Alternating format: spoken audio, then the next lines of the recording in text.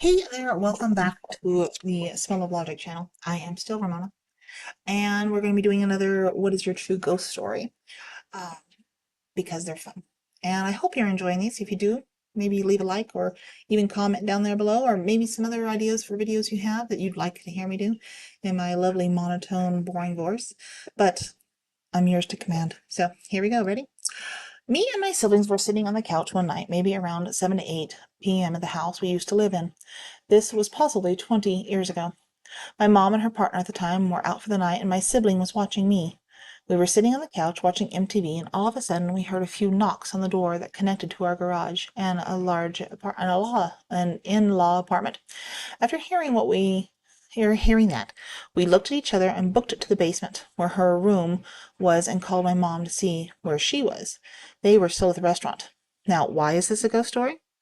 Before my maternal grandmother went into hospice, we decided to have a in-law suite built above our garage so that my mom could take care of her and we could spend time with her. Normally, we'd go up and see her so she wouldn't have to walk down the stairs. But whenever she came down, she always knocked a few times to come in. We don't know why she always did that, because the door was never locked, but the door to the garage was locked. So she always did this just to announce herself. So me and my sibling realized the only logical person that could have been done that was my Nana. Problem is, she'd passed away already. To this day, we both talk about what happened and how we were glad she was stopping in to say hello. My friends and I were in the New York Library several years ago. We were in the basement, and the card file drawers, I'm assuming, started opening on their own. They were old file drawers that were wood, so they wouldn't open easy. After a few opened, cards started flying out. There were no fans or anything going. Sounds suspiciously familiar to a movie. Not saying it didn't happen, just saying, yeah. A friend and I, our pants, while we saw a column of mist run our path in walking pace no more than 20 yards in front of us. This was on a summer evening at a known haunted hotel, or not known haunted spot in England. Could have been marsh mist, I guess, but it was definitely there. I woke up to see this girl combing her hair straight down her face with one of them giant brushes from back in the day, and she also had an old dress with the big shoulder pad things and was completely void of color, just sitting there doing the same thing over and over again. I was sound asleep, but was woken by two hands in my body, shaking me back and forth. I woke up and realized, since this may have been my first ever encounter, I continued to let myself shake for a moment. Well, then I gathered my senses, since I was so surprised to be woken in such a way. I wanted to confirm that this was real and not a dream. Once I sat there for a moment, I realized what was really happening. Totally freaking weird experience. Creepy. On to last night. Calm dream, everything's fine, like out like a light. All of a sudden, I had a vision of a body jumping into my body, as if I were a football player being tackled. Suddenly, I felt immense pressure of someone's body being on top of mine, and when I woke up, I no longer had pressure on my body, but instead, my leg felt like it had two arms wrapped tightly around it. I was wiggling as much as I could. This was telling me it might have been sleep paralysis, which I get from time to time. After that, I said, "Get the F off me." As a result of being startled, I was very nervous and had immense chills. As I tried to calm down, my bed kept vibrating at intervals. It was the weirdest experience I've ever had. I felt the immense chills might be from the presence of a ghost. I woke up sitting in my bed with a gray-skinned, silver-eyed guy with a bowler hat was staring at me and hugging me, and then he flew back and disappeared. My great-grandfather died in the house before I was born, so I just chalk it up to him being a little socially awkward. At my girlfriend's apartment, I was nerding out, playing a game after work while she was taking a stress bath, and right in front of me, this immortal purple rose I got her for Valentine's Day flew off the shelf at me. I don't know who died in her apartment years ago, but we gonna throw hands someday. The day my grandma died, that evening in bed, in the dark, I heard my name softly whispered into my ear. I grew up being behind an indigenous burial area. Woke up one night to drums, singing, laughing, only to look outside to an empty, dark desert. 1 a.m. I saw a man walking down our dirt road in a vest, feathered headdress, and pants. This family hotel is home to many spirits. My experience there opened my eyes more, but my family was with me not so much. My family took a tour at night, and in the stage room where I was sitting on the steps of the stage, there were noticeable creaks that I didn't think much about because the stage was wooden and old. Anyway, as I was walking around from the stage to follow our tour guide, I felt my ankle was affected by poison ivy. It wasn't until the next area for a moment until I realized the bone of my ankle was numb to freezing temperature. That had to be the most unexplainable event other than someone that was sitting next to me was pranking me or even the staff at the Stanley Hotel. Although I have to wonder how they did it, because I had them in my peripheral and didn't notice any suspicious movements. I truly believe to this day that some sort of energy phased through my ankle and into my bone. Therefore, I dare say it was a spirit. It wasn't cold or snowy outside, but it was a cool temperature. I have heard of some victims in the past being frozen by freezing temperatures as part of the Stanley Hotel's history, so I'm trying to figure out who it could be. That had to be my best ghost experience. Not seen, but felt. In 2007, I was in a very old hotel in the southeast of England with my girlfriend. I woke up in the middle of the night staring at the ceiling. I couldn't move, and I noticed a figure floating just above the ceiling, looking down at us. Girlfriend was asleep. It was shimmering and pulsating, and the legs were distinct, but its torso, head, and arms were very clear. It was wearing a large three-corner hat. It tried to make a noise to wake my girlfriend, but I couldn't. I seemed to spend an age staring at this ghost, and then suddenly I could move, and it disappeared. I woke my girlfriend up and freaked her out. We slept with the lights on for the rest of the day. To be quite honest, the next morning I felt like other causes created what I had seen, but just that it was so clear, so vivid, I can picture it perfectly now. I was at a sleepover when I was younger, and weren't allowed to sleep in the same room, probably because of the noise, so I slept in a different room. I couldn't sleep very well. The door was open and the light was shining through. A shadow person was rolling around on the floor, then stopped and stared, then rolls some more, had red eyes, and was see-through. I was more curious than anything. I started to get a little scared after a bit, so I turned to face the wall with the covers on. Dose is to be confident in your intuition. Once you shut yourself off, you can't experience anything. I've had multiple encounters. Once I accepted what I sensed was accurate. Also, putting yourself in a calmer mental state, like a flow state, helps as well. Working in a healthcare environment, I've had all the regular spooky experiences, such as hearing my name, knocking, chairs move, my jacket getting tugged.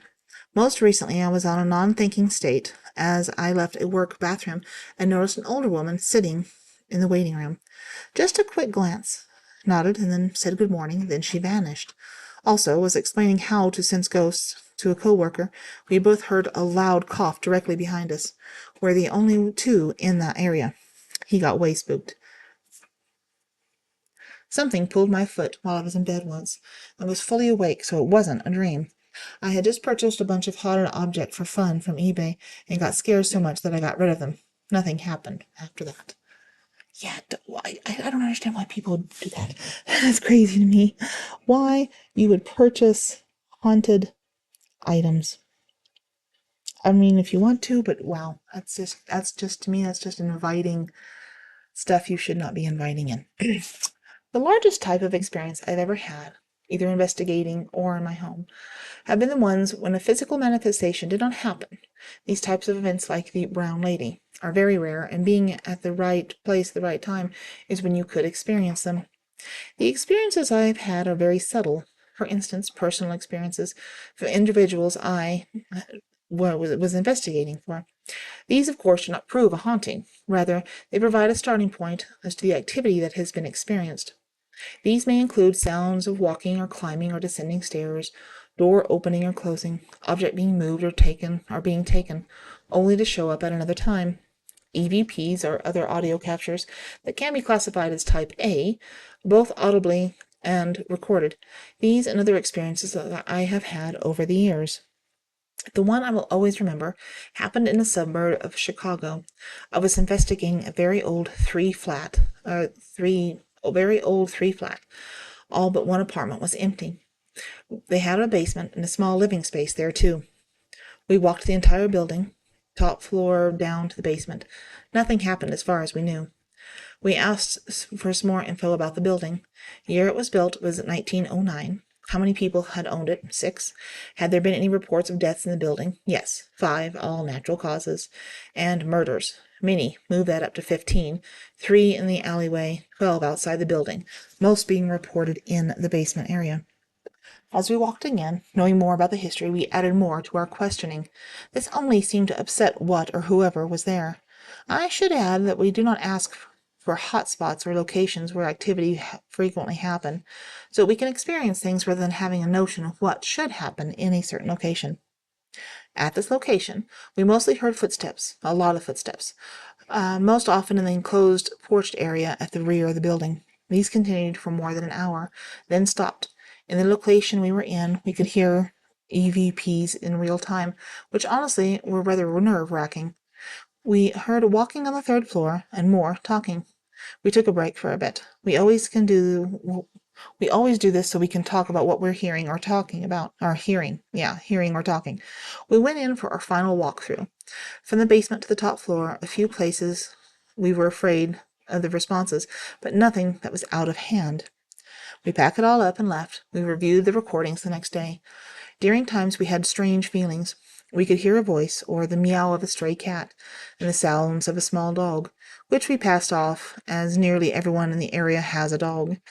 The sounds of footsteps up and down the steps, especially the ones who run, made me feel more uncomfortable than at this time did more of the things we collected.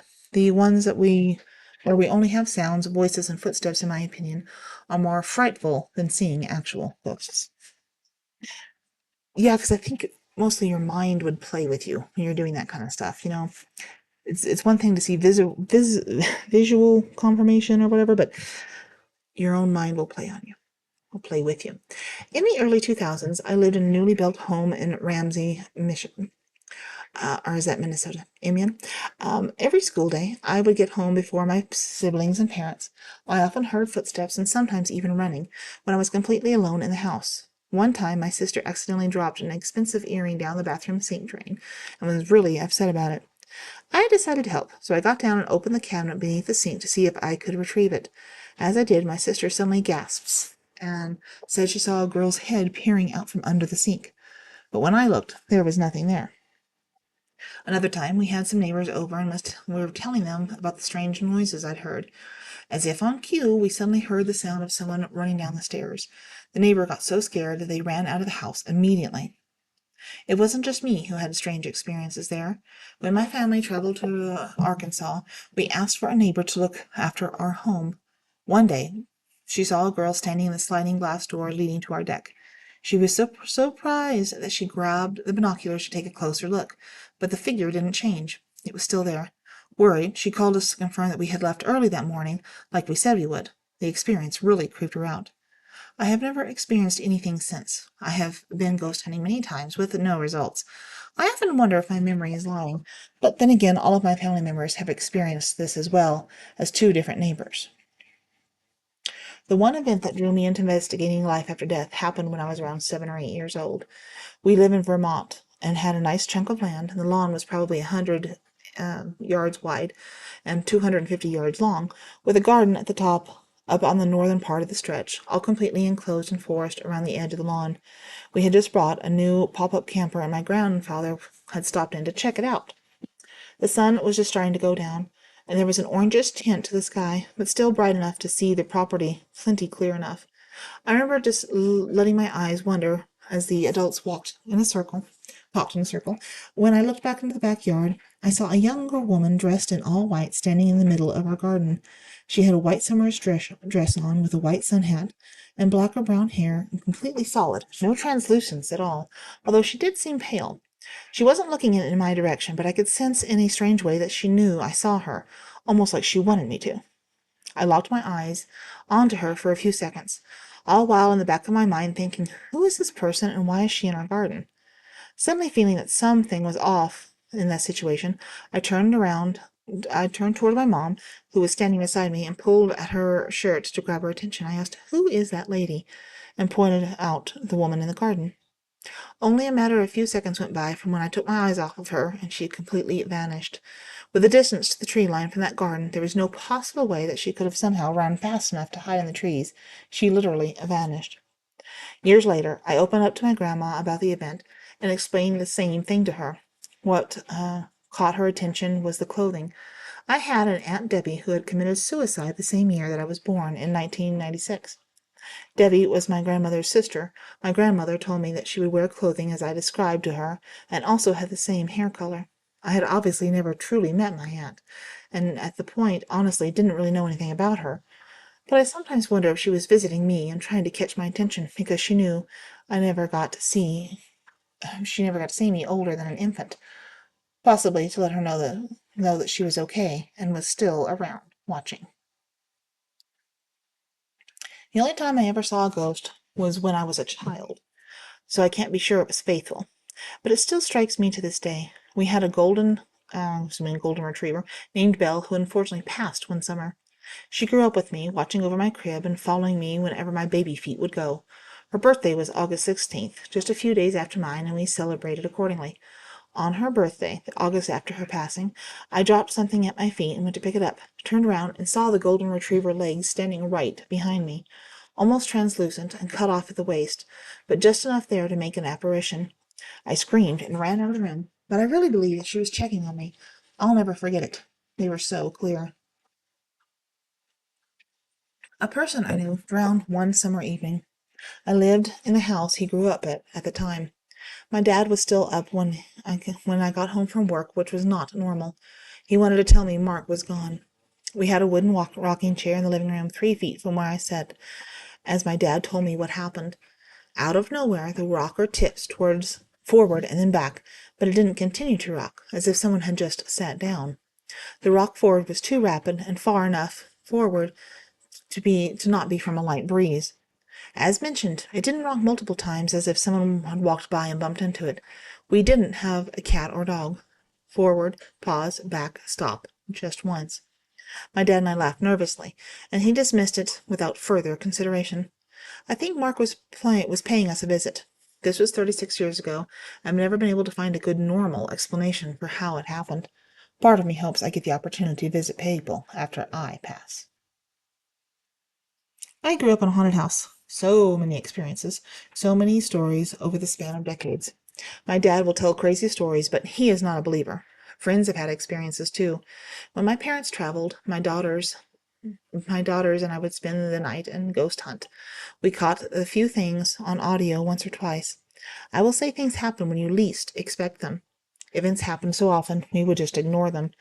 I randomly met the guy who was about to buy my parents' house just before they sold it. I did not tell him it was haunted. That place had a super creepy vibe.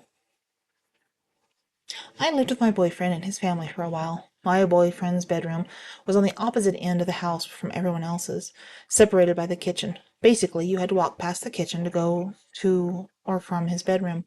His bedroom was the only thing in that part of the house. I was standing in the kitchen one morning, looking in the fridge. A preteen boy with short dark hair walked past towards my boyfriend's bedroom, and I assumed that was my boyfriend's younger brother, because he was also a preteen boy with short dark hair. He never came back past me, so I went back into the bedroom and didn't see him and asked, "Where's your brother?" My boyfriend was like, "What are you talking about? He didn't come in here."